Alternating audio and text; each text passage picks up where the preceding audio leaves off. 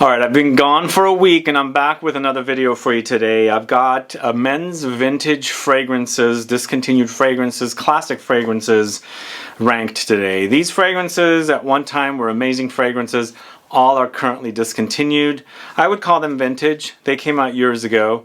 Some really old, some as old as like 10, 11, maybe 12 years old, but they're all discontinued and I think they're amazing fragrances. It's a ranked video, so if you want to find out what they are, then please stay tuned.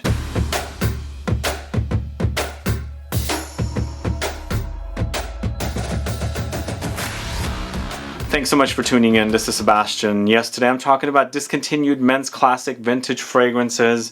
You guys have been asking me to do this video, so I thought I'd go ahead and do it today on my return from being gone a week. So yeah, these are fragrances that I really enjoy. I wish they still were around, but sadly they are discontinued. I'll let you know what they are. It's a ranked list, as I said. Before I do, if this is your first time tuning into the channel and you still haven't subscribed, please click the subscribe button. Also click the bell so that you'll be notified for future videos and giveaways. Before I get started with the list, how many of you are into older classic men's fragrances?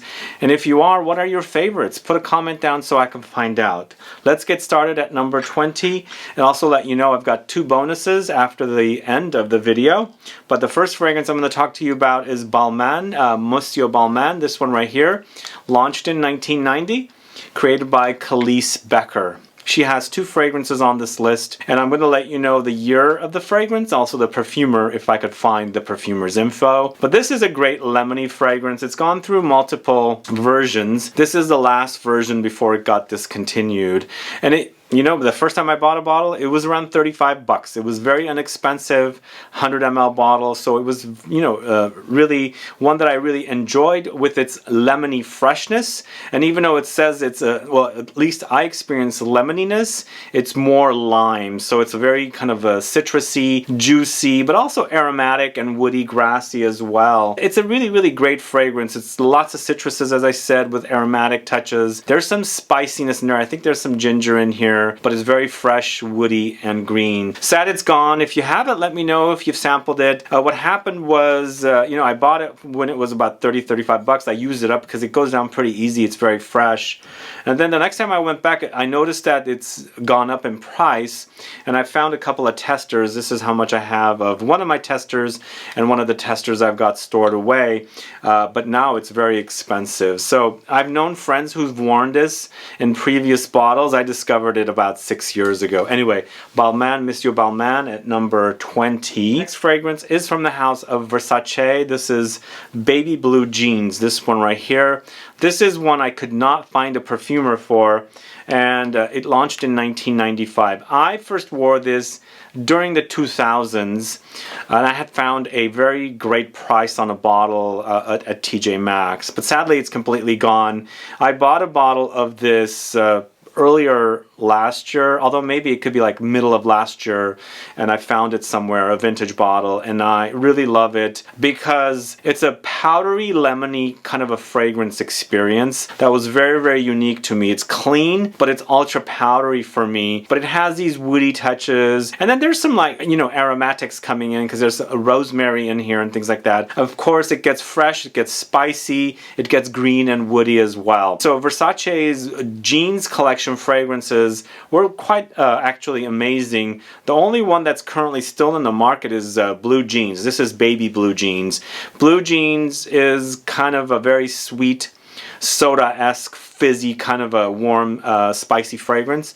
This was quite different because it was, as I said, very lemony, aromatic, spicy, and also, you know, powdery. So Baby Blue Jeans at number 19. So the next fragrance I'm talking about is from the house of YSL. I've got three fragrances, I think three fragrances on the list from YSL, two from VERSACE. This is Live Jazz. So Jazz was a great fragrance. It recently just got discontinued here in the States. I believe Jazz in the square bottles is currently selling in Europe, but Live Jazz came out in 98, 10 years after the original Jazz in 88, and it got discontinued sometime in the 2000s, I believe.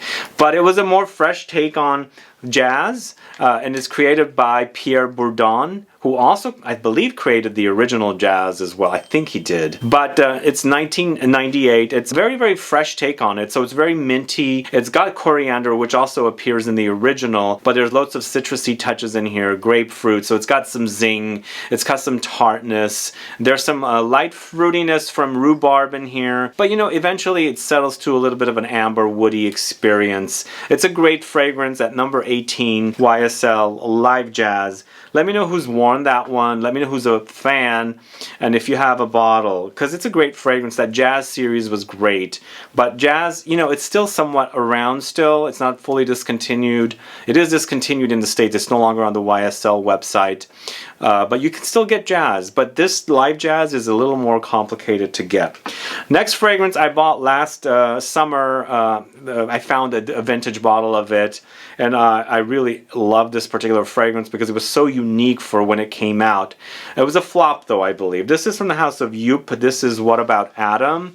Came out in 1992, and once again created by Calice Becker. So she created both of these fragrances. Both of them are very, very fresh.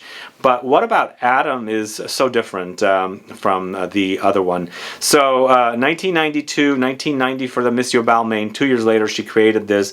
This is green. The juice is green because it features a tomato leaf note. So it's got this kind of like bitter aromatic spiciness from that tomato leaf. If you've ever, you know, smelled the tomato leaf, you know the kind of smell it is, because I grew up around tomato leaves. My dad planted them all the time because I love tomatoes. I eat them all the time. Probably I'll eat a tomato a day, and I absolutely love the smell of the leaves. It's that kind of fresh, spicy, bitter greenness that I really like. That's captured in here, and it's wonderful in here. But it's not all about the tomato leaf. This one also has lavender, grapefruit, there's mint, there's geranium, there's oakmoss. So it's kind of like a, you know, aromatic herbal herb garden come alive with you know, the tomato leaves as well. It's quite nice. It's aromatic, it's fresh, it's quite spicy and green, and there's some woods and earthiness in here as well. Of course, some citrusy touches as well. So JOOP, What About Adam? It's at number 17. Okay, the second YSL fragrance on the list is RIVE GAUCHE. This one right here. This is the men's RIVE GAUCHE, which is completely discontinued. The feminine, the women's RIVE GAUCHE from the 70s is still selling, even on the YSL website. But this went into a square bottle, and then it got discontinued like 3 years ago, somewhere around there. But it was a great aromatic fougere fragrance, barbershop-y. It launched in 2003, created by Jacques Cavallier. And you know, aromatic fougères are some of my favorite fragrances because I kept smelling them with my dad and uncle. They were lots of fragrance, and that kind of masculine 70s, 80s kind of fragrances were a lot more intense than this, a lot more powerhouse-ish. This one seems more like a straight-on barbershop, like it smells like shaving soap or shaving cream, things like that, and I like the smell of it. It's a wonderful smell, a great smell, featuring lots of lavender with some star anise. There's patchouli, rosemary, oakmoss, geranium. So it does get spicy. There's the addition of cloves, but it's a very, very herbal and, you know, aromatic, woody, fresh, spicy, a great fragrance. Sad it's gone, but if you're a fan of this one, let me know. I know the community really loves this one. Do you like this version, or do you like the square bottle version? There was also an intense version in this similar canister, which I also own, but it didn't really have much of a difference between the two. Either way, number 16's YSL's RIVE GAUCHE. This next one is from the house of MAUBOUSSIN. This fragrance I spoke so much about when I first got into doing YouTube reviews in 2012, which is almost 10 years ago. That channel, the first channel, is no longer, but MAUBOUSSIN's M Generation is such a great fragrance. They discontinued it around 14, somewhere around there, and I was so saddened, but so many people were wearing this particular fragrance because you could get it for very, very inexpensive. This is a 2010 launch. It's created by Henri Bergia and Claire Chambert. I don't know who these perfumers are, never saw their names come up before, but they did a great job with this one because it's all very incensey, smoky, spicy, and woody. Very, very masculine offering, but you know, it's settled to an ambery base, but you got lots of woods and smoke. There's some aromatic spiciness there, but eventually it's warm and ambery, and then it gets powdery too. There's a dusty, dry woodiness about it, but I love this fragrance, and I actually love the bottle as well. It's sad it's gone, and I'll cherish this one forever. It smelled really, really great. It still smells great. I sprayed some on earlier before I shooting this video, and it still smelled wonderful. And this is the kind of fragrance that will last, depending on the vintage fragrances or the classic fragrances. If you're into the idea of buying them, if you know the fragrance and know that it doesn't feature like lots of citruses, those are the fragrances that are going to probably be in better condition than the ones that have lots of citruses, because citruses turn much faster than woods and amber resins and things like that, you know? So if there's a major dosage of citruses throughout the fragrance, or most of the time it's in the top notes. You get a vintage fragrance, you spray it, it has an off-putting smell, and then finally that evaporates. That's the citruses that's turned already. But this one I've had for almost 9 years, and it still smells like it smelled when I first bought it. So anyway, number 15, MAUBOUSSIN's M Generation. Now this next one is a great flanker to a very popular men's fragrance, but it came and went. The original fragrance launched in '88, I believe, from the house of Dior. This is Fahrenheit Absolute, which launched in 2009. This particular version of Fahrenheit is so good. So good. But they took it away. I like this one because it's oody.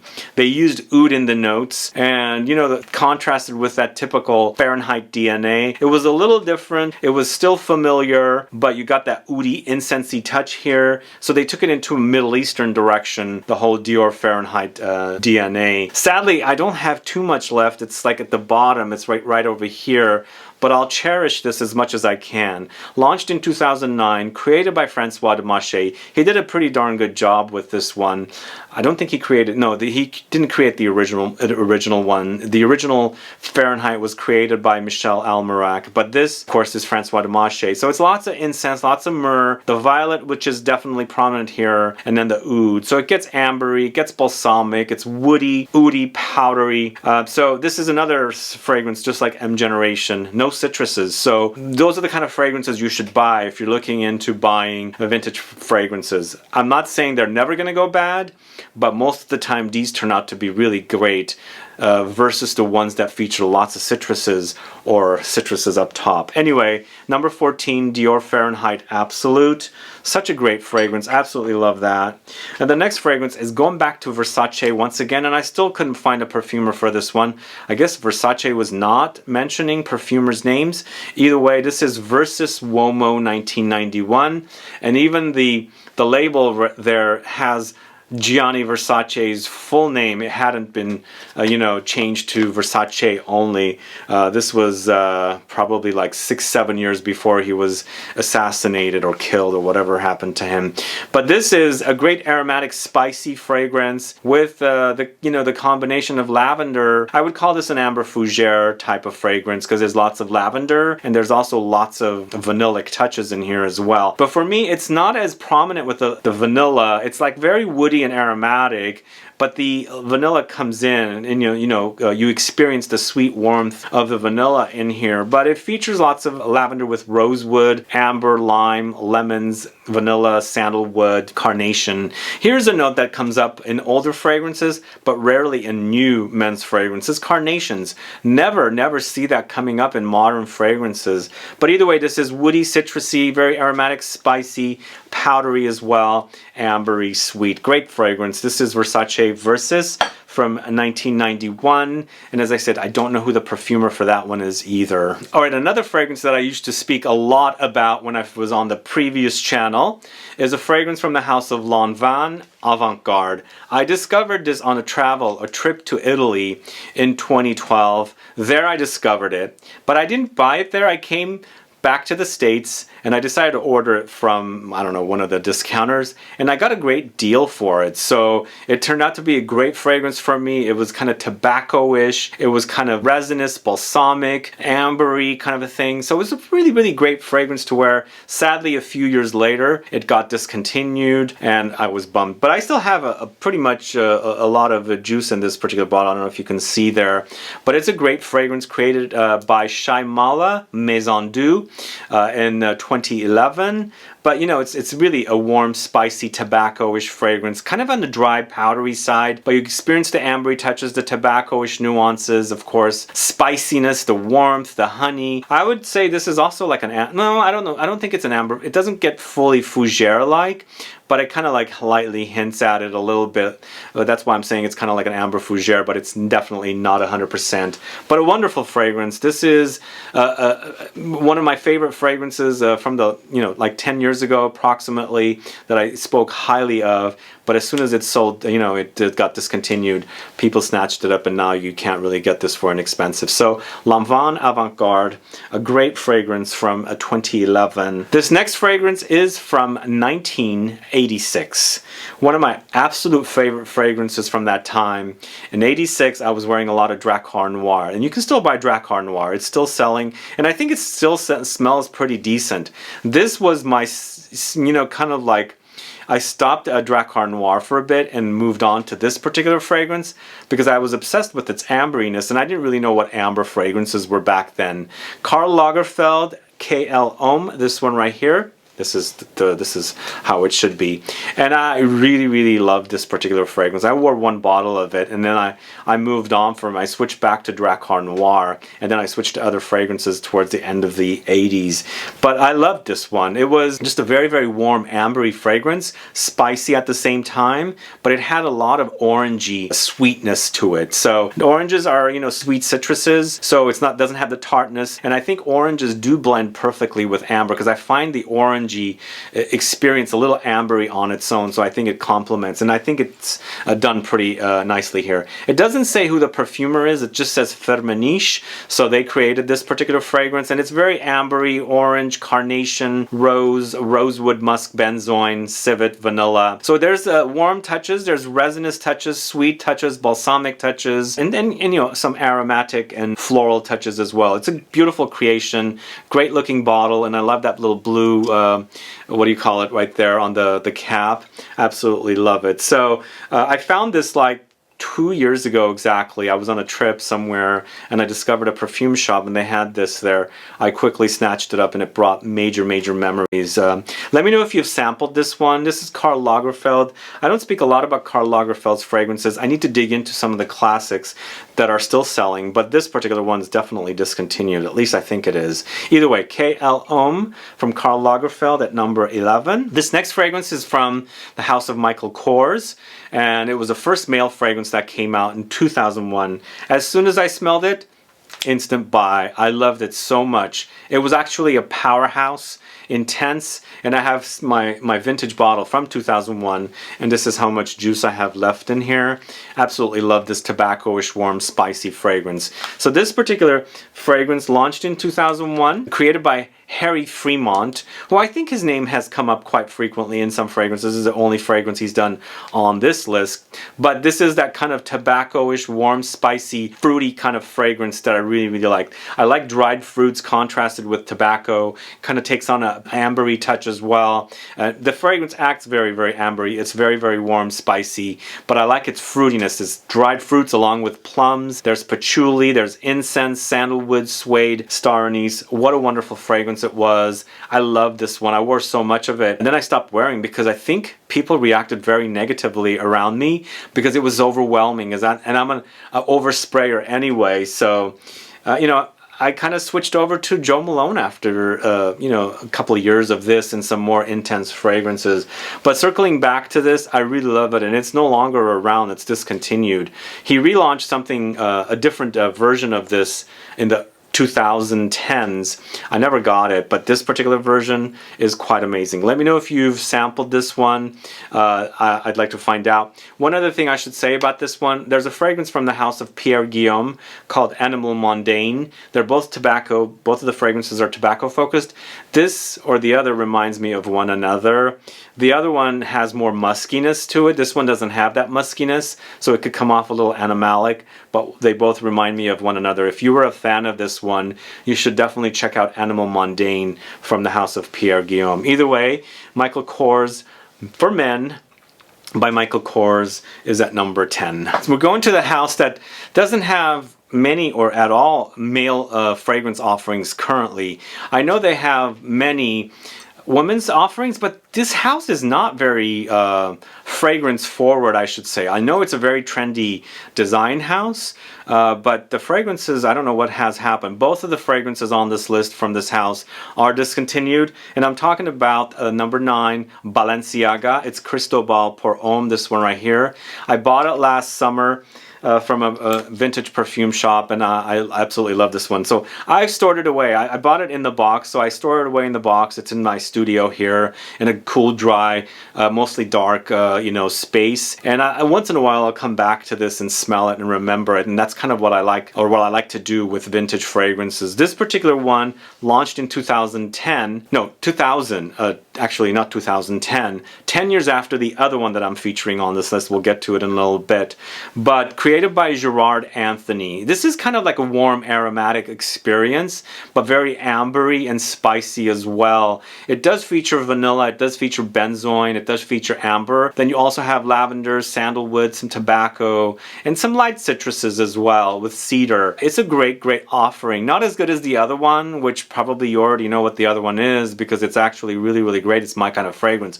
But this is definitely a solid offering. It's kind of like, I would call this a amber fougere style for sure, because it's got the ambery touches, the woody touches, and then it's got the, you know, the lavender in there, which is what makes for a fougere style, because that's exactly what I'm picking up with this particular fragrance. I really love the way this smells, but it's sadly discontinued, and I don't know, I'm not aware of any men's fragrances currently selling from Balenciaga.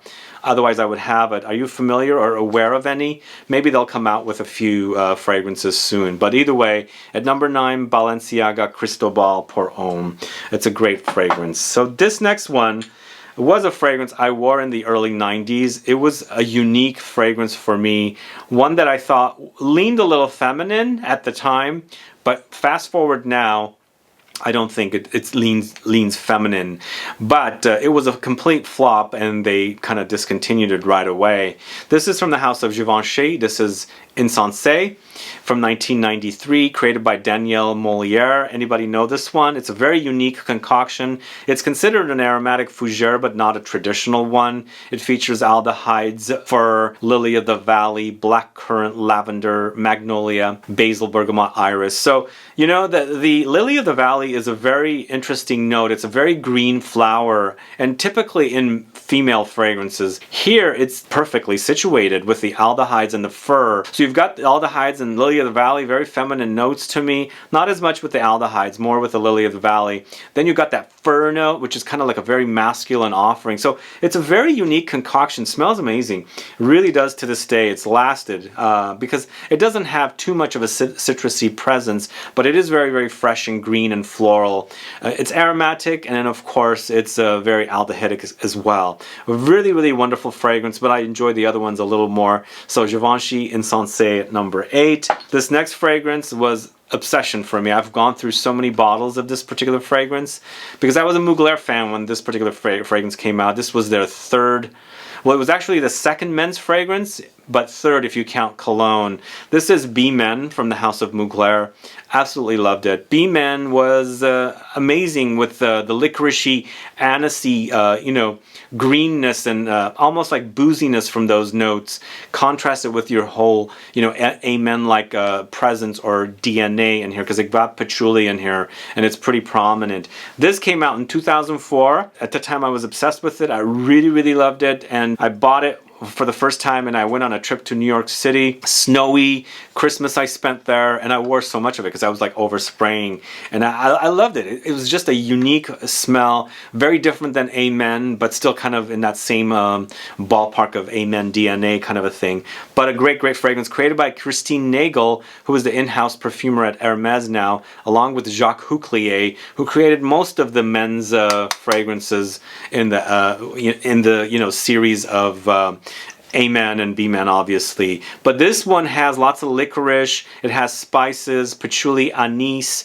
vanilla, leather, cedar, cacao, vetiver, musk. Such a great scent. It's very, very spicy, it's very warm, it's woody, sweet, patchouli, powdery, vanillic. Love this one. B-Man from Mugler at number 7. Amazing fragrance. Alright, the original of this particular fragrance, I'm not sure if it's 100% still out. I noticed that they had removed it from the website, but then I noticed a few weeks later it came back. I'm talking about YSL, I'm talking about the original fragrance Kouros. So that's a toss-up between, yes, it's still being sold, no it's not. I know it's still present in Europe. But this particular flanker of Kouros originally launched in 2002, and I think a couple of years in a row they relaunched it in different versions, but the similar smells. This is Eau d'été, Kouros Eau d'été. I have a tester that I bought like almost 7 years ago, and I'm obsessed with the way this smells. I'm afraid to use it because it goes down pretty easy. It's a kind of a watery, fresh take on Kouros, but so good. If you hate Kouros, but you want that kind of lightly musky animalic touch, this is the version to get if you can get it. Again, 2002 launch, created by Pierre Bourdon, and I think Pierre Bourdon created the original Kouros. This particular fragrance features mint, rosemary, and cedar. So it's very, very aromatic, it's spicy. That's what's written on the back. It's a tester I have. There's the notes listed. But I get muskiness in here. I do get that whole Kouros musky, civety kind of experience. But it's very aromatic, it's spicy, it's fresh, but very, very green and herbal, kind of woody and citrusy. I so love this one. So good. It's just a very, very sexy, fresh fragrance because that whole muskiness, the animalic muskiness that's in here, it lasts even though it's fresh, you know? It's such a great fragrance. Kouros Eau d'été at number 6. Alright, this is a great, great fragrance at number 5. Sadly, it's discontinued. I actually bought a bottle of it like 4 or 5 years ago, and then a couple years later I noticed that it was completely gone. Now bottles are going for around $200-300. This is from the house of Van Cleef & Arpels. This is Van Cleef & Arpels Pour Homme, launched in 1978, and I believe it's created by Louis Monet. I think that's how you say his name.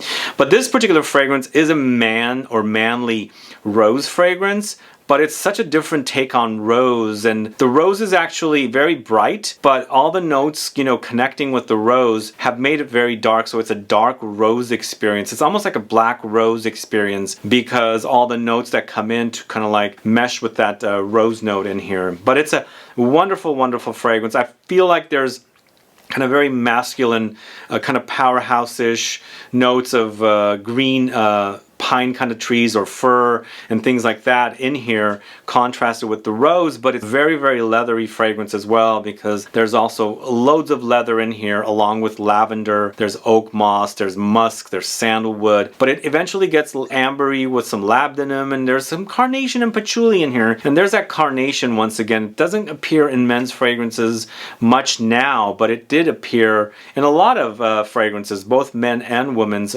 fragrances. Where did carnation go? Is it not that trendy? It's not. Most likely it's not. But for me, I feel like carnation and cloves are kind of like hand in hand. They have similar smells, and I see cloves come up, but not much with carnation. But this is a really, really wonderful fragrance. It's very, very woody and aromatic and very, very warm and spicy. There's lots of leather here, and there's the earthiness in here. There's the mossiness in here, but it does have kind of a bit of herbal qualities, and of course, don't forget the rose. But I feel like the rose in here is very, very dark. Either way, number 5, it's the Van Cleef & Arpels Pour Homme. This next fragrance, oh man, this is an amazing, amazing fragrance. I found a bottle last summer. I hadn't smelled it for a long time. I was at a vintage perfume shop, and she had a couple of bottles there that sprayed, so I sprayed it. Immediately I was like, I gotta get a bottle. But what she had for sale were testers that didn't have the name on it. It was just a slapped on sticker, and it was typed on there the name of the fragrance. So I ended up buying this bottle, Alain Delon Equitos. This particular bottle is not a spray, it's a splash, sadly, but the spray bottle smells amazing. In here, it does too, but I feel like I'm not as into the splash bottles as I am with the spray bottles. But either way, Alain Delon is a French actor, so is this considered a celebrity fragrance? I'm not 100% sure it is, because celebrity fragrances don't smell like this, but this smells freaking amazing. Here is Gerard Anthony once again. This is a perfumer that does a couple of the Balenciaga fragrances on this list. Launched in '87, and it's got loads of civet, oak moss, leather, rose, patchouli aldehydes. There's some fruity notes in here. There's definitely some honey. There's some coriander, sandalwood, but it's a manly, very, very spicy, very, very musky, animalic concoction that's to die for. It's a fantastic fragrance. I really love it. I'm glad to have this particular fragrance in my collection. I wanted it, but I did pay quite a bit of money on this one. It was around $250. But I don't think this fragrance is much out there anymore. If you know this one, let me know. If you've worn it, let me know. If you hate this fragrance, let me know, but it is a phenomenal fragrance that launched in 1987, created by Gerard Anthony, as I said, and it's from Alain Delon, the French actor. And even better than that, I can't believe I put this one ahead of it. This is from the house of Basile, and this is Uomo from 1987. I don't know what this house is whatsoever. I actually bought this blind thinking it's going to be great. I looked up notes, but man, it's so good. It's so good. It does have muskiness. It does have animalic qualities. Not as much as Equitos, but it's very, very sexy. Very, very sexy. I couldn't find a perfumer for this one, and even though it says eau de toilette on here, it acts more like an eau de parfum. It's very, very thick, but it's oak moss, galbanum, basil, leather, patchouli, cloves. There's the ambery touches with labdanum. There's woods in here like sandalwood. There's some floral notes, but there's loads of aromatics, rosemary, thyme, lavender, and some spiciness from nutmeg. But this concoction is phenomenal. It's a really, really great concoction. This is like an aromatic fougere, maybe. Yeah, it's definitely like a woody aromatic fougere. It's very, very spicy, but also very, very musky. I'm going to spray some on because I really, really love this one. Yes, you can definitely smell that whole kind of like lightly musky animalic touch as soon as it's sprayed, but wonderful fragrance. Basile Uomo at number 3. I can't get enough of the way that smells. And to me, that smells amazing in that bottle. Really, really does. The next fragrance, this is the second Balenciaga fragrance. This is Pour Homme, once again created by Gerard Anthony. I gotta look up this perfumer and see what else he's created, because I've got 3 on this list. Amazing, amazing perfumer. But this is an amazing fragrance that's sadly discontinued. From 1990, and this came out 10 years before Cristobal, 1990, 2000. So I guess 10 years later they created another Pour Homme fragrance. But this is very, very warm, spicy patchouli fragrance. If you like ambery touches contrasted with the patchouli, you gotta get this one. It's very, very manly too. It's got lots of spice in it with cinnamon, patchouli, coriander, amber, labdanum, honey, oak moss, vanilla, musk, sandalwood, cedar. So good, guys. It's very, very warm. It's very spicy. Loads of woods in here. Loads of woods. But I got lots of ambers too, and I like this combination. And even though I say amber, vanilla kind of resins might create a vanillic, kind of a chocolate cakey touch, this one doesn't get chocolate cakey to me much. It's more like a powerhouse, but warm, spicy, ambery, patchouli kind of a fragrance. The cinnamon totally stands out as well, and it's got some sweetness, and it's a little powdery as well. It's a great fragrance. I just wish I didn't buy a 30 ml and I bought a 100 ml. Well, I guess this will do, but maybe I'll look for 100 ml. Who knows? Pour Homme by Balenciaga from 1990. Last but not least, at number 1, this is Joint by Rocco Barocco. I had to put this one at number 1. This is also an obsession. This like top 5 is an amazing top 5. Although all these fragrances are amazing, the top 10 is really, really amazing for me. And Joint, and I'm surprised how great this fragrance is. This is sent to me as a gift when I spent like $800 on vintage fragrances, and they included this. This was used up.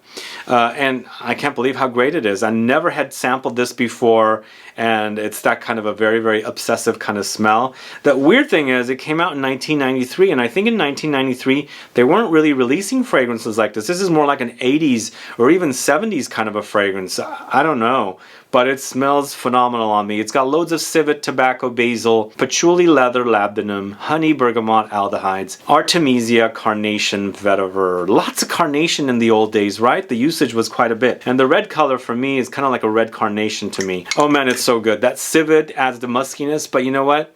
I have to say, I did not mention this throughout, and there's a couple of fragrances that had civet in the notes. Today, when they use the note of civet, it's usually the synthetic civet. It smells nothing like the actual civet that they used. For me, civet now, which is most likely the synthetic civet, smells literally like shit, which I hate. I hate. Back in the day, civet smelled so good, and it's really, really amazing in this particular fragrance because they most likely used the authentic stuff in here because these are all vintage bottles. Either way, Roca Barocco Joint is at #1.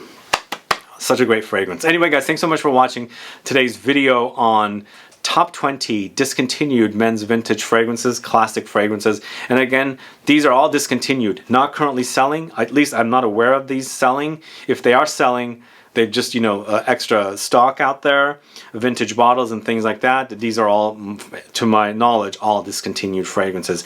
Let me know what your thoughts are on these fragrances. Let me know what you like about them. If you can put yourself a top 5 of the fragrances that I featured in here, please do that. And also let me know what I've left off.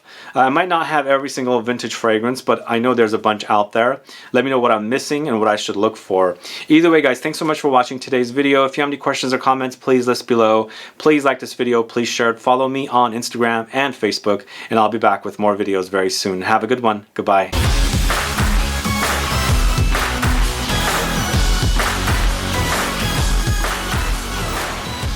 Alright, I'm glad you stuck around for the bonus fragrances, and I have to highlight this one because this is a fragrance that means a lot to me. It's currently sold. It's gone into a different bottle, it's gone uniform, and I believe it's not as good as the original fragrance. At least to me it's not. The current version is okay, but if you can get the original, it's fantastic. This is Guerlain L'Instant de Guerlain pour Homme Eau Extrême, the fragrance that really got me into doing fragrance reviews. I've told this story many times in videos. I was riding an Uber, and the guy, the Middle Eastern guy in that car, was wearing this. I couldn't stop smelling, and I had to ask him what you're wearing, and he didn't really speak very well. So I asked him if he can text me a photo. He did. And ever since, this was the fragrance that really got me into doing it. What I like about this one is that chocolatey cacao and then the patchouli. But this came originally out in 2005. It's created by Beatrice Piquet. She did an amazing job with this one. It's an obsessive kind of fragrance. And I think it's because of the patchouli. This really put patchouli on the map for me, along with like Angel and Mugler's Amen. But this one really got me into doing reviews. But lots of patchouli, cacao, star anise, citruses, tea, jasmine, elemi, neroli, sandalwood, and cedar. But an amazing fragrance. I like the contrast of the chocolatey cacao, as I said, with the patchouli, and then that star anise adds a little, you know, spice to the fragrance and a little booziness as well. Anytime I see star anise or licorice, there's a light booziness under there that comes through for me. And then throw in the citruses to add a little freshness. It's one solid fragrance. This is the only thing I have left of this fragrance, and I absolutely love it. It does have citrus in it, so I got to keep it in a cool, dark place because I don't want it to go bad. It still smells fantastic to me. This is Guerlain's L'Instant de Guerlain pour Homme Eau Extrême. And one more fragrance I want to feature. I have to highlight it, and it reminds me of another fragrance, but it's really, really great. This is from the house of Francesco Smalto. It's called Francesco Smalto.